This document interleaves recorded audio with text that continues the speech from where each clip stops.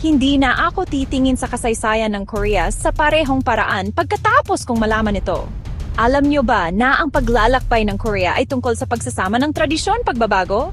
Ganito binago ng teknolohiya at gobyerno ang lahat. Ilang siglo na ang nakalipas, umunlad ang Korea sa pagsasaka na may mga hari na namumuno mula sa maringal na mga palasyo.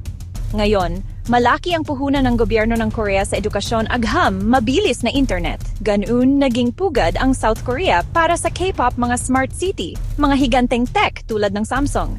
Pero hindi lang ito tungkol sa mga magagarang gadget, binago ng teknolohiya ang pang-araw-araw na buhay ng milyon-milyon. Mula sa mga sinaunang iskolar, mga gamer, negosyante ngayon.